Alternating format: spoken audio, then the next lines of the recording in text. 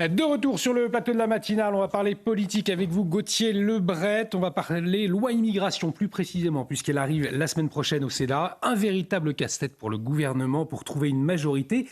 Cela semble, mon cher Gauthier, mission impossible. Alors c'était vraiment dans tous vos quotidiens du dimanche hier, notamment évidemment à la une du JDD, cette loi immigration qui arrive effectivement dans une semaine au Sénat et le gouvernement est piégé. C'est l'impasse, il n'y a pas d'issue.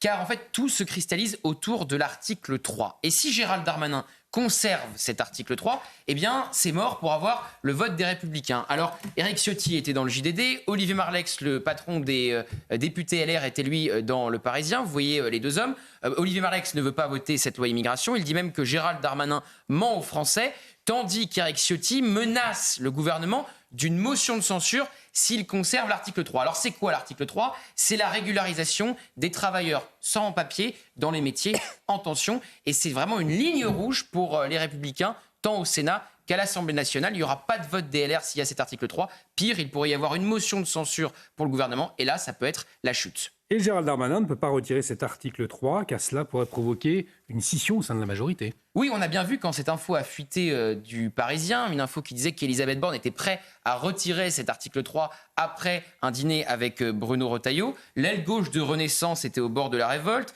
Ces députés Renaissance ne voteront pas le texte sans ce fameux article 3. Donc c'est terrible pour Gérald Darmanin. Il enlève l'article 3, la majorité relative explose, il le garde. Eh bien, LR ne vote pas. 49-3 et motion de censure, comme je viens de vous le dire. Et pour ne rien arranger, ce matin, il y a quelqu'un de la majorité qui parle dans les colonnes du Figaro et qui vient un peu rajouter sa pierre à l'édifice des divisions. Elle est vice-présidente de l'Assemblée nationale en plus. Elle est au parti Horizon d'Édouard Philippe. Alors on sait parfois qu'il y a des désaccords entre Édouard Philippe et Emmanuel Macron et entre leurs deux partis, Renaissance et Horizon. Et voilà ce que dit Naïma Mouchou. Elle dit la régularisation pour les métiers en tension est une forme d'encouragement à l'immigration clandestine, le en même temps, quintessence du macronisme qui tient tant à cœur sur à peu près tous les sujets à Emmanuel Macron. Et bien pour elle, sur ce sujet, il montre ses limites. C'est vrai parce que le en même temps, en fait, si vous faites du en même temps en matière migratoire, la droite vous trouve toujours trop laxiste et la gauche toujours trop inhumain. Donc ça n'arrange rien pour les affaires de Gérald Darmanin. Heureusement pour lui,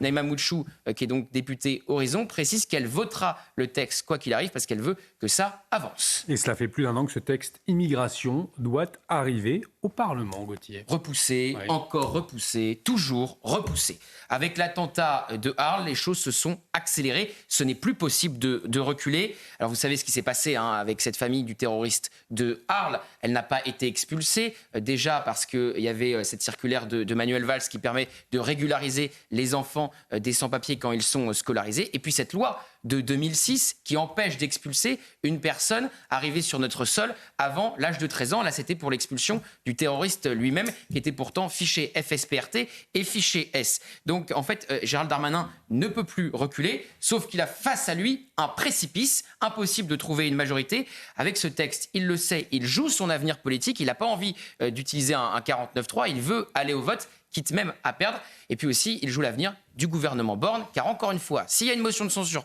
déposée par LR, elle a de grandes chances d'être adoptée. Et là, c'est la chute pour tout le monde.